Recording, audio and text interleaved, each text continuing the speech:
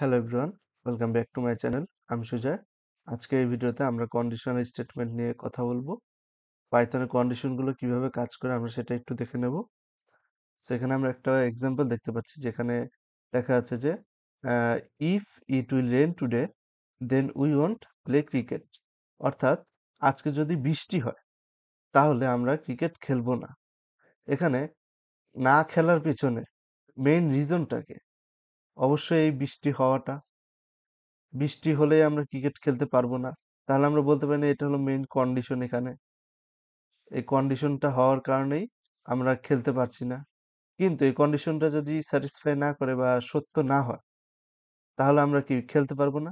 যে এখানে আমরা দেখতে পাচ্ছি otherwise we will play cricket. অর্থাৎ বৃষ্টি যদি না হয় তাহলে আমরা খেলতে পারবো।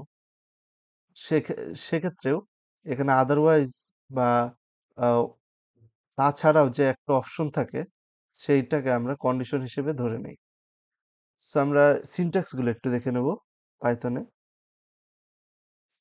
So conditional statement in Python, এখানে আমরা তিনটা কেস দেখতে পারি। প্রথম কেসে ইফ এলস থাকে।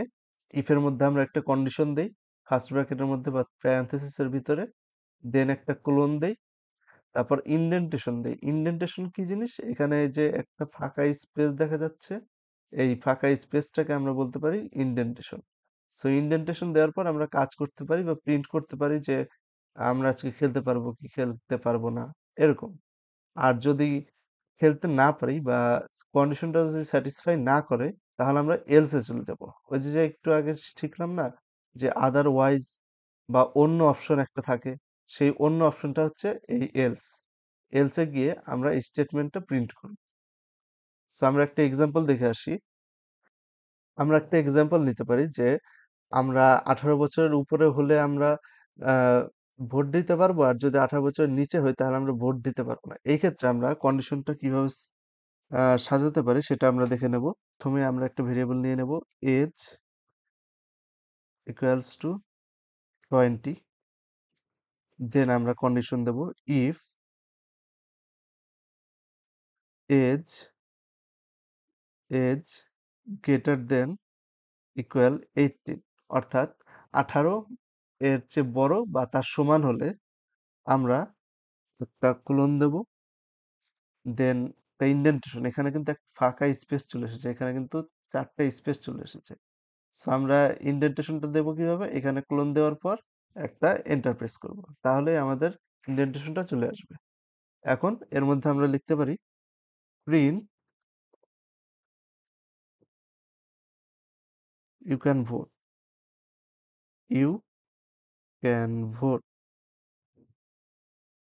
আর যদি এই কন্ডিশনটা স্যাটিসফাই না করে বা কন্ডিশনটা যদি অসত্য হয়, তখন আমরা লিখতে পারি এলস, অথবা এখানে কোনো কন্ডিশন দেব না, আমরা আমরা এখানে কোলন দেব, তারপর ইন্ডেন্টেশন দেব, দেন আমরা প্রিন্ট করব you can't vote, you can can vote. So আমরা যদি এখন রান করি তাহলে আমরা দেখতে পারবো ইউ ক্যান ভোট। এখন আমরা ভোট দিতে পারবো কেন? কারণ আমাদের এজটা 18-র চেয়ে উপরে বা সমান হয়েছে এই কারণে। এই ক্ষেত্রে 18-র চেয়ে বেশি হয়েছে,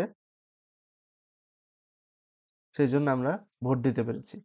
এখন যদি আমরা এখানে একটু চেঞ্জ করে দিই, সাপোজ 17, তাহলে কিন্তু আমরা ভোট দিতে পারবো না। রান করছি, ইউ ক্যান্ট ভোট।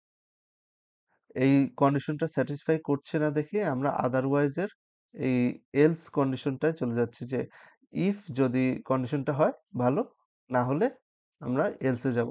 ঠিক আছে? তো এইভাবেই কাজ করে। আমরা যদি এখানে 18 দিতাম তাহলে আমরা ভোট দিতে পারতাম, কারণ এখানে ইকুয়ালস টু দিয়েছি, গ্রেটার দেন ইকুয়ালস টু, সেই জন্য আমাদের ইউ ক্যান ভোট দেখাবে। ইয়েস, আমাদের ইউ ক্যান ভোট দেখাচ্ছে। এখন যদি আমরা কেস 2 তে আসি, তাহলে আমরা এখানে 3টা কিওয়ার্ডের ইউজ দেখতে পারবো। একটা হচ্ছে ইফ, তারপর হচ্ছে এলিফ, তারপর হলে এলস। এখন এই এলিফ জিনিসটা কি? এলিফ জিনিসটা মূলত ইউজ করা হয় মাল্টিপল কন্ডিশন দেওয়ার ক্ষেত্রে। সাপোজ আমার কাছে একাধিক কন্ডিশন আছে। সেক্ষেত্রে আমরা এলিফ ব্যবহার করতে পারি। এলিফ হচ্ছে এলস ইফ, এই দুইটার শর্ট ফর্ম। এলস ইফ এর শর্ট ফর্ম এলিফ। সো আমরা এলিফের মধ্যে কন্ডিশন দেব, কন্ডিশন দিয়ে সেটা স্যাটিসফাই করলে স্টেটমেন্ট প্রিন্ট করব। এর আগে অবশ্যই ইফের কন্ডিশনটা ফলস হতে হবে। ইফের কন্ডিশন যদি ফলস হয় তবেই এলিফে যাবে। এলিফের কন্ডিশন যদি ফলস হয় তাহলে এলসে আসবে। একটা জিনিস মাথায় রাখতে হবে, ইফ সবসময় এলিফ আর এলস এর আগে আসে, আর এলিফ সবসময় এলস এর আগে আসে, আর এলস কোনো উপায় না থাকলে সেই ক্ষেত্রে ইউজ করা হয়ে থাকে। সো এটার একটা উদাহরণ দেখে নেব আমরা। আমরা এজ নামে একটা ভেরিয়েবল নিয়ে নেব, যেখানে আমরা ইনপুট নেব, ইন্টিজার ইনপুট নেব, integer input, enter your age, enter your age, colon দিয়ে একটা স্পেস দিয়ে দিচ্ছি, অ্যান্ড দেন আমরা চেক করছি if as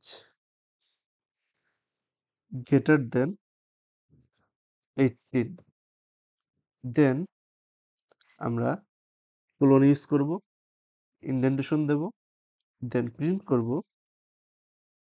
you R adult. আমরা অ্যাডাল্ট ক্লিক করি, অ্যাডাল্ট। এখন এমনও তো হতে পারে যে এজ 18 চেয়ে বড় না কিন্তু 18 সমান, সেক্ষেত্রে আমরা এলিফে আসতে পারি। এলিফেও একই কাজ করব, আমরা এলিফ লিখব, তারপর একটা কন্ডিশন দেব যে এজ যদি ইকুয়ালস টু 18 হয়, দেন তুমি প্রিন্ট করবে অ্যাডাল্ট, অ্যাডাল্ট। এখন যদি এটা না হয়, অর্থাৎ 18 চেয়েও যদি বড় না হয় বা 18 সমানও যদি না হয়, তাহলে আমাদের একটাই কেস বাকি থাকে বা একটাই অপশন বাকি থাকে, সেটা হচ্ছে এলসে যাওয়া। আমরা এলসে গিয়ে লিখতে পারি print not adult, not adult. আমরা একটা এজ দেব, আমরা এজ দিয়ে দিতে পারি সাপোজ 30, তাহলে অ্যাডাল্ট দেখানোর কথা। ইয়েস, অ্যাডাল্ট দেখাচ্ছে। এখন যদি আমরা 18 দিয়ে দেই, তাহলেও আমাদেরকে অ্যাডাল্ট দেখাবে। ইয়েস, অ্যাডাল্ট দেখাচ্ছে। এরপরে যদি আমরা একটা এজ দিয়ে দেই 15, এটা অ্যাডাল্ট দেখাবে না, এটা teenage. Yes, not adult দেখাচ্ছে। সেখানে কি হচ্ছে, আমরা একটা এজ দিচ্ছি, তারপর চেক করছি সেটা 18 চেয়ে বড় কিনা। 18 চেয়ে বড় হলে অ্যাডাল্ট হবে, না হলে আর আবার আমরা চেক করব যে এজটা কি 18 সমান কিনা। 18 সমান হলেও অ্যাডাল্ট হবে, আর যদি 18 সমান না হয় তাহলে আমরা এলসে গিয়ে লিখে দিতে পারি নট অ্যাডাল্ট। সো এই কেসটা এইভাবে কাজ করে থাকে। এখন যদি আমরা কেস 3 তে আসি, তাহলে আমরা একটা জিনিস দেখতে পাচ্ছি যে ইফ এর মধ্যে একটা কন্ডিশন আছে, তারপর একটা স্টেটমেন্ট আছে, তারপর আবার একটা ইফ আছে, স্টেটমেন্ট আছে, আবার ইফ আছে, আবার স্টেটমেন্ট আছে। এখানে কি হচ্ছে, আমরা এখানে মাল্টিপল ইফ এর ইউজটা দেখতে পাচ্ছি।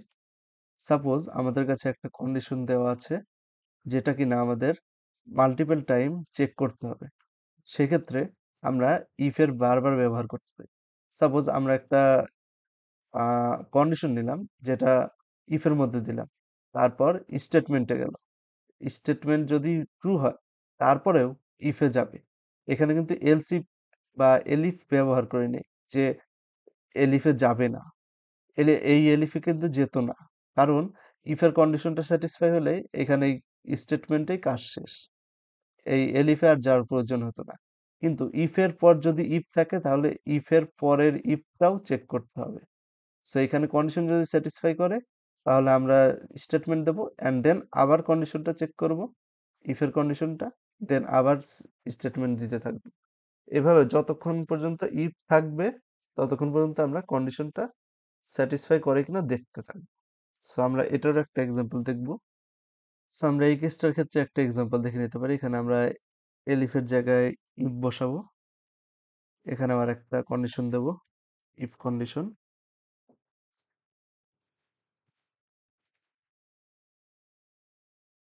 ইফ